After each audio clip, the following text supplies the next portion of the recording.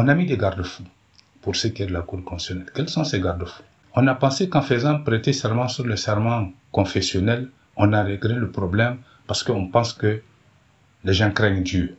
Les personnes à qui on a fait prêter serment sur le livre saint et dont on pense qu'elles craignent Dieu sont nombreuses et n'ont pas véritablement démontré qu'elles craignent Dieu.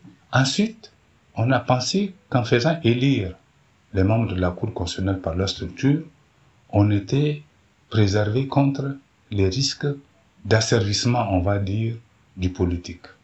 En réalité, ça aussi, ce n'est pas acquis. Au contraire, parfois, ceux qui viennent de certaines structures sont déjà des gens politisés ou sont là parce qu'ils ont un appui politique. Donc, là aussi, les choses sont biaisées. On a mis des indemnités suffisantes, pense-t-on, pour mettre quelqu'un à l'abri de la tentation de l'argent. Mais les économistes nous enseignent que les besoins de l'homme sont insatiables. Ça aussi, les avantages, ce n'est pas une garantie. C'est attaché à la nature de l'homme comme ça. Et puis, on a mis un dernier garde-fou. On a pensé qu'en mettant un mandat d'une durée déterminée, ça ne vous donne pas la tentation du renouvellement. Et donc, vous allez faire votre travail sans aucune crainte de dire, bon ben, si je ne le fais pas bien, je risque de ne pas revenir. Il n'y a aucun risque pour vous, puisque de toutes les façons, vous ne reviendrez pas. Alors, voilà comment chacun de ces garde-fous n'a véritablement pas fonctionné. En tout cas, à entendre comment les gens se sont plaints de cette juridiction. Et peut-être qu'elle n'est pas la seule d'ailleurs. Alors, que faire pour régler la situation? Est-ce que le forum pourra lui trouver des critères infaillibles? Je n'en suis pas certain, mais ce qui est sûr, c'est qu'il faudrait qu'il se penche rigoureusement sur les critères de désignation des membres de la Cour constitutionnelle, parce que c'est là-bas que tout se joue. C'est là-bas que se joue toute la politique, enfin les grands enjeux politiques du pays, c'est là-bas. C'est vrai que même ici, on a déterminé des profils. On a dit il faut être magistrat, ayant telle ancienneté, enseignant-chercheur, ayant tel ceci et cela. Mais cela-là ne garantit rien du tout.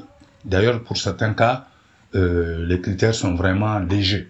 Alors, dans ce cas, de mon point de vue, il faut déterminer un profil au préalable, et c'est certainement peut-être là-bas à ce forum qu'on va le déterminer, mais parmi les critères les plus efficaces que je vois, il y a la possibilité, à partir de ces critères, de recevoir des dossiers, et ça ne garantit rien, hein, de recevoir des dossiers et de soumettre les gens, comme on le voit un peu dans le système américain, lorsque vous devrez occuper certains postes, on vous soumet à une espèce d'interrogatoire devant une commission ad hoc, qui va permettre de juger qui vous êtes réellement. Et là, on pense que si vous passez devant cette commission, évidemment, dans la composition aussi mérite d'être étudiée, et donc on peut considérer qu'on a réduit les risques. Pas tous les risques, puisqu'un être humain, on ne connaît jamais assez. On a réduit certains risques, mais pas tous les risques.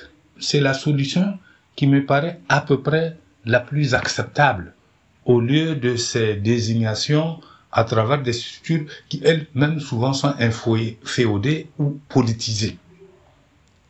On connaît déjà qui peut être là-bas et qui ne peut pas être là-bas. Voilà un peu comment je vois, moi, les discussions qui peuvent avoir lieu autour de la Cour constitutionnelle, qui constitue un point essentiel de notre démocratie. Si vous avez une Cour constitutionnelle, et partout en Afrique où il y a des problèmes, quand vous regardez, les cours constitutionnelles sont à l'origine de ces problèmes-là. Parce que on sait déjà, une cour dont on sait déjà qu'est-ce qu'elle va décider dans telle situation, déjà c'est foutu. On a coutume de considérer que lorsque une juridiction, ses décisions sont imprévisibles, parce que elles ne dépendront pas du sentiment extra-juridique, on peut dire qu'on a une cour. Mais si de par l'attachement du juge à des considérations politiques, religieuses ou autres, on peut déjà prédire ce qu'il va décider dans telle ou telle situation, on peut dire qu'on n'a pas encore une bonne justice.